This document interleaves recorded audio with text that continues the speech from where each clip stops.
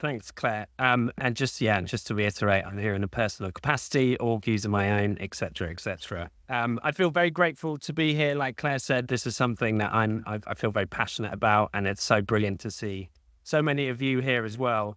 And I'm really looking forward to hearing your thoughts, but also the thoughts of my brilliant panel, who I feel outshine me in many, many ways. Um, so I'm going to do something, I suppose, slightly unfashionable at this event, and I'm going to talk about my lived experience. Um, I've been involved, as Claire said, with the Battle of Ideas since about 2017, and before that, I was very much a sort of card-carrying, sort of woke lefty. And like many of my contemporaries around that time, I sort of thought that everyone who voted for Brexit was stupid and all racist. Except my cousin Helen, who's here today, who formerly worked with the Battle of Ideas.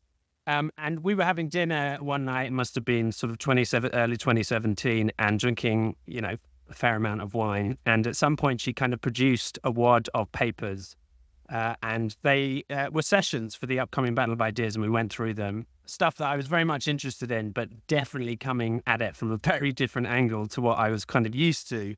And at some point she said, would you be interested in coming along? And I was obviously, feeling quite charged up with wine. And I said, yes, of course I'll come. I'll go and see how stupid and racist all these people who vote for Brexit are.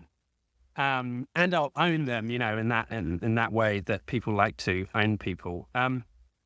I sort of woke up with a hangover the next morning and reconsidered, but thought I would go along because, I wanted to see how the other half think, if you like. And I did go to my first committee meeting where they were talking about that year's battle, and I was shocked and appalled. Some of the things being said were very much outside of my Overton window at the time. I think I had to sort of prevent myself from audibly gasping at points. But the other reason I was shocked and appalled was because it turned out that whilst I disagreed vehemently with a lot of what was being said, I understood the logic of how people got there, and I understood the kind of ideologies that underlaid those conclusions. And you can maybe clip this up for next year's sort of social media campaign. But, it's not an exaggeration to say that the Battle of Ideas has changed my life very much for the better, obviously in coming back year after year.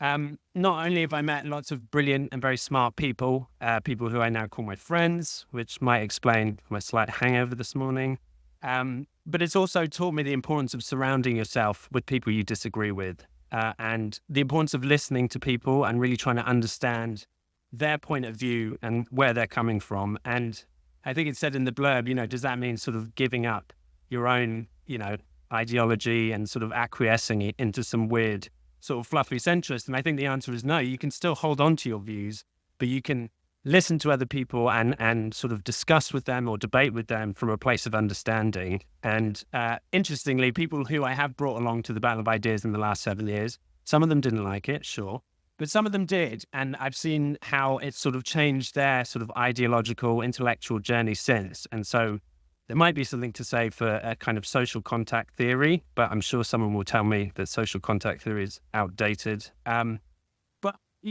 where it's left me is that I'm in quite a unique position, I would say, at least possibly in this room, where I kind of have one foot on each side, if you like. There's obviously my place of work, and then there's the Battle of Ideas.